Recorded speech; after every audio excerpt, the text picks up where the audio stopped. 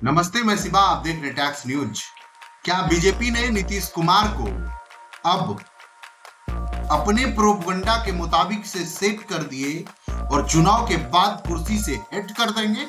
ये बड़ा सवाल सोशल मीडिया पर काफी तूफान के साथ गूंज रहा है, जो कि क्या वाकई में चुनाव के बाद नीतीश बाबू अपना कुर्सी गंवा बैठेंगे? क्योंकि जिस तरह से सीटों का बंटवारा हुआ है, आकलन पूरी वही जा रहा है जो कि जदयू अब बीजेपी से मिली भगत करके नीतीश बाबू को कुर्सी से हटाना चाह रहा है और बिहार के बीजेपी के एक बड़े नेता सम्राट चौधरी को ये लोग मुख्यमंत्री बनाना चाह रहे हैं। जी हाँ दोस्तों, आपको बताते चले, इनमें सबसे बड़ा आरोप लग रहा है तो उनका नाम है संजय झा।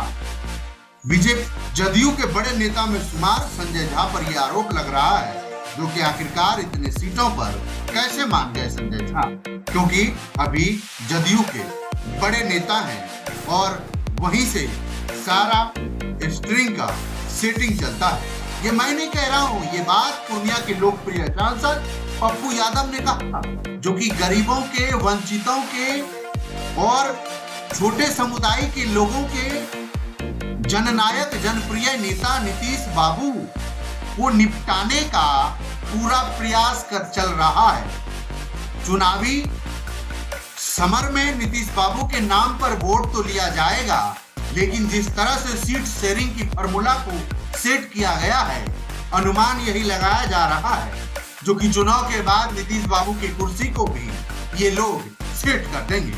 बाद में ना ही तो नीतीश बाबू के पास कोई ऑप्शन बचेगा और ना ही कोई विचारधारा की लड़ाई रह जाएगी।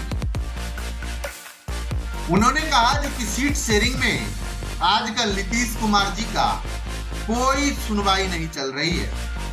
उनमें डील में ऊंची जाति के लोग सारे सेटिंग को कर रहे हैं और इन सेटिंग से ये फार्मूला सेट कर दे रहे हैं जो कि कैसे नीतीश कुमार को चुनाव के बाद निपटा देना है। पप्पू जी, आपका सारा बात तो सही है, लेकिन अगर ऊंची जाति के लोग ही सारा फार्मूला सेट कर रहे हैं तो फिर बिहार में ऊंची जाति को लोग को इतना कम सीट क्यों आंका जा रहा है? सोचने वाली बात है। जिस जहां पे आप आरोप लगा रहे हैं, यानी ब्राह्मण, ओपनली बोलिए ब्राह्मण समाज, तो उस ब्राह्मण समाज के कितने लोगों को विधायक का सीट मिला है बीजेपी और जदयू के कोटे से, ये भी आपको देखना पड़ेगा।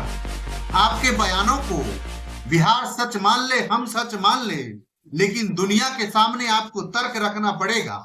और अगर आप तर्क विहीन बात करिएगा तो फिर आपके बातों से भी दुनिया को वही बात समझ में आएगा जैसे आप मधेपुरा लोकसभा चुनाव में किए गए वादों से मुकर के पूर्णिया लोकसभा भाग गए, चुनाव हारे, फिर लड़े और पूर्णिया से जीत गए। तो आपको राहुल गांधी जी कैसे कैसे सिस्टम में, आपको कैसे कैसे सिस्टम के तहत सिरिंज से सिस्टम को कसा गया था, ये बिहार का पूरा जनता जनार्दन ने देखा है।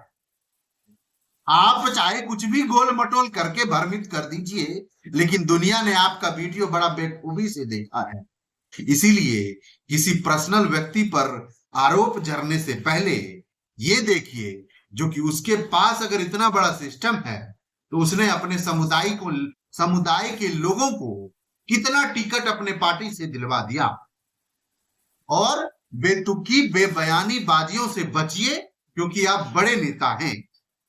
झूठ मूठ का सोशल मीडिया पर आपको पॉपुलैरिटी पाने के लिए किसी नेता को टारगेट मत करिए।